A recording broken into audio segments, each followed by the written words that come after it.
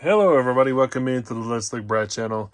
So I do have a selection of coins here, which as it shows, 3 slab coins here. I've got 2 already in the Mylar flips here, and then I got 1 up under the scope.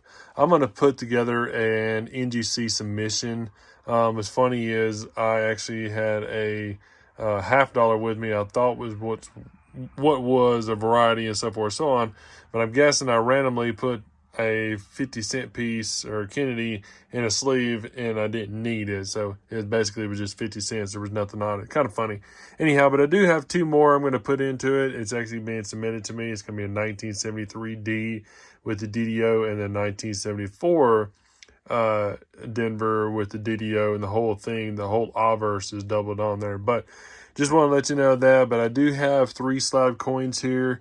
This first one here is going to be a Cheerios penny. It's got a grade of a 66 on there. This thing is really immaculate. So I'm going to get NGC to grade it. As always, if you definitely want to see the 67 come out of there, even in the 66 state, and, depending on who you're selling it through, probably around $45 to $60, give or take, on these Cheerios pennies.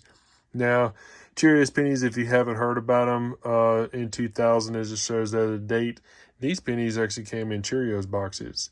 It came with a certificate of authenticity also on there. So I like these. I think they're really cool. It basically, you can look online and pick them up for $8, $10, $12 a piece. You get them graded, you turn around, you make $35, $40 off of it after getting it graded. So that's pretty nice. I think the markup on it is pretty nice also on there if you're looking for the face value of it. I'm just looking at it to collect it. But anyhow, if we can get this graded at a 67, be fantastic. But I definitely want to get it in an NGC holder. Now, these last 2 here, I actually submitted off to NGC. I had reached out to them and talked with them, and NGC told me to submit these back in. They wanted to regrade, reslab, and actually add an attribution to this one right here I'm about to show you. I was actually going to send this out probably about a month and a half, 2 months ago, but I was going to be in the middle of a move. The addresses would have been all swapped over, and I'm just not confident in having these sent through the mail to one place and then those tenants, whoever may be there, send them back in to resubmit them back to me. So you see how the confusion could be easily, lost. These coins could be lost. I'm just not going to take the chance for it. Anyhow, 1892, 10 cent, as you see there, AU55. This thing is gorgeous. I think it needs to be a higher grade on it. This thing is just fantastic. It's beautiful. It does, when you put it up under the scope, it's got a lot of eye appeal right now. See the luster, see the blues and greens in there, the purples. And let me move this one out the way real quick, and I'll show you this one. I'll have to adjust the scope here a little bit. So put you up under there. Let me adjust it just a smidge, go this way. But it's beautiful. Plus, on top of there, as you see right here, all the way across it, we've got clashing that goes all the way across there. That's Barber's face there. You come on to the other side here. Let's see. There's nice little bands on there. You still see the leaves on there.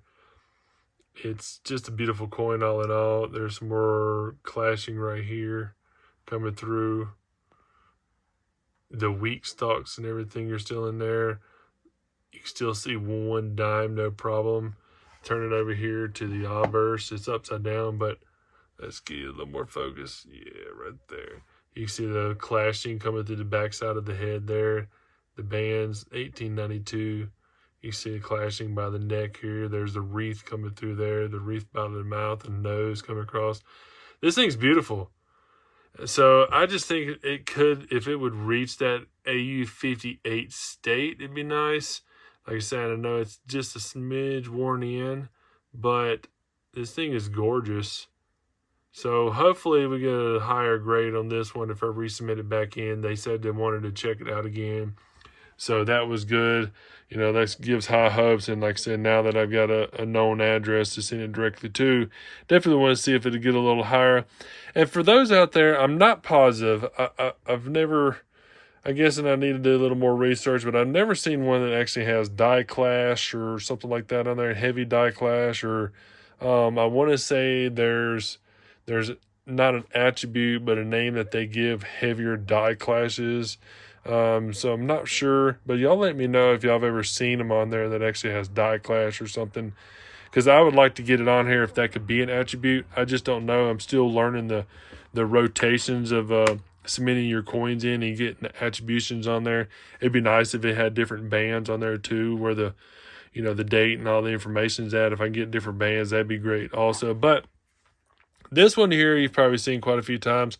I was super excited to find this. I did find this out of a dollar box, a dollar coin box. It's a beautiful Sacagawea 2000 Philadelphia, as you see the P there. So 2000 Philadelphia, it did grade it as 62. The 2000 Philadelphias could have a ton of varieties on there. You're looking for the mule coin, you're looking for the 2000 Cheerios. Also, just like the Cheerios penny, you can get a 2000 Philadelphia Sacagawea Cheerios dollar. Same thing, it came out of the boxes also, but I want to say it's lower mintage. This one graded as 62. You see there's no details or anything on there from the tag, but this one is going to be the Wounded Eagle. Get you up here. Let me actually zoom out just a smidge. There we go. And then focus this little more. Put it in the case there. But this one's going to be the Wounded Eagle. There's a die gouge right here coming out on the other side. If you come down here to the wing also, might need to turn it a little bit. But also there's a little bit of the gouge right here coming through. So it's a straight line going all the way through. Maybe a smidge there. I don't think so. But you can definitely see it down here now. So yeah, this is going to be the Wounded Eagle. The 62 grade, fantastic. I mean, like I say, it was in circulation. I found it in a box. Just completely mind-blowing, especially being in Philadelphia and over in the Denver area where I found it at. So I called them up, as mentioned, talked to NGC. They're fantastic folks. They told me to send it back. They gave me a resubmission slip. They gave me, I want to say they gave me 3 free vouchers. Basically, these are going to be free to send in. And they gave me 1 additional free voucher on top of that, because I think I had a problem with them last time. But yet again, like I say, that's awesome. So if they give me a free voucher, I'm just going to have this one graded. And the reholdering is going to cost like $10 or something like that to do a rehold. So, which is no problem at all. But we do, like I say, have this 2000 Philadelphia Sacagawea Wounded Eagle. Like I said, this is a phenomenal coin. Really, really, really awesome that I found it in there.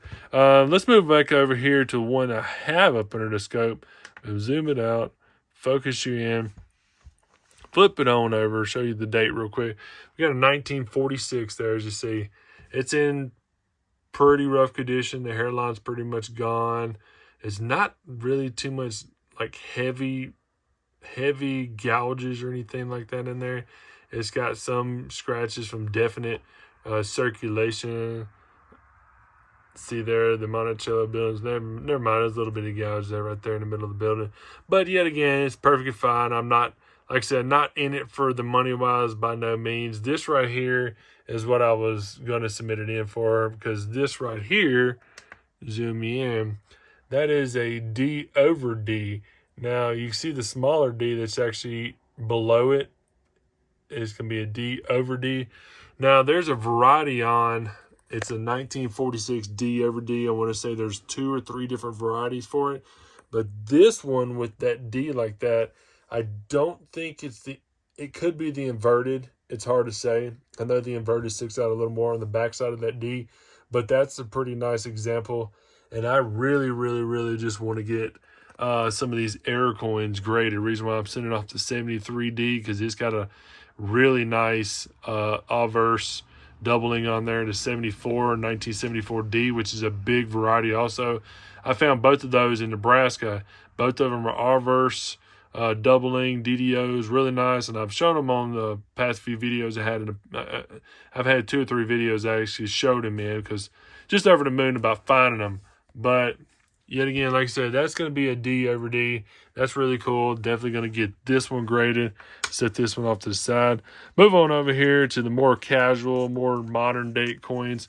I'm still kind of getting a bunch of these graded on and off. W quarter. Another W quarter. This one might not grade as high. I want to say I might hit a 62 grade, but even in a 62 grade, they're like $33 or $35. for a quarter. You find them out of a roll for a quarter.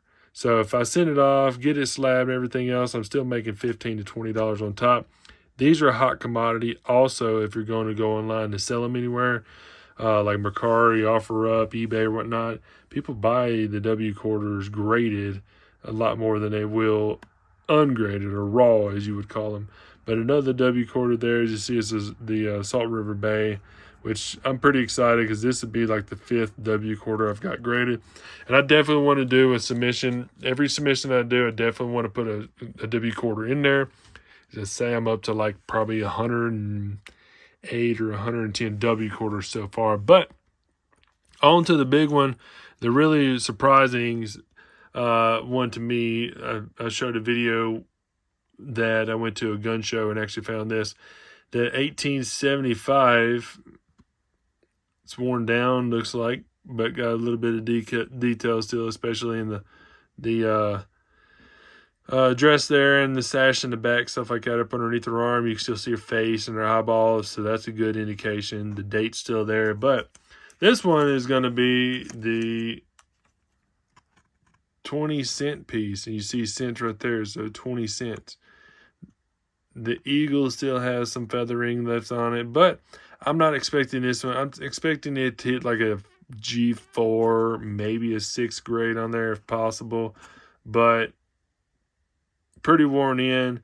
But this is a hard find. These are really, really, really, really hard. So if you have one, or anybody watching, if you got a 20-cent piece, might want to get it checked out, because these, if they're in better condition, even they're in a XF grade, if you're getting to that, I say, XF grade, if you get up to like AU position, these things are worth the killing. So make sure you check your coinage, and especially if you got grandma or grandpa's coins or hand-me-downs or whatnot, or coins you haven't even looked at, make sure you're checking to see if you have one of these in there, because this thing alone is like, even if I think in a Ford condition was like $170, and then you get on up there in like the 8 and 10, it's like $220, $240. I paid $25 for this at a gun show. So, like I say, I'm over the moon about this one. Pretty wild. But, yeah, that's so far, like I say, so far I'll have these 3, these 2, so that's 5. I'll have the 46D over D, that's going to be 6. And then I've got 2 coins at the house that are going to be submitted over to me to put it in also. So that would make 8 coins total going to be going out to NGC. Crossing fingers, this is actually a Thursday. Crossing fingers, I'm able to get those coins in probably about Monday time frame, and then Tuesday I'm going to submit it off, have everything ready, load it up in the box here, so definitely want to make sure it's strapped up. Putting it in an envelope nowadays, to me, a bubbled envelope, I guess it would be okay if you tape this whole thing all the way around, put some additional packaging in there, because it is a bubble sealer, but putting some extra packaging in there and submitting it off. But I'm a lot more at ease if I have it in a box and sending it off and having it strapped up, so forth, so on. So anyhow, just wanted to bring you guys in. I didn't have very much going on throughout the week for coinage.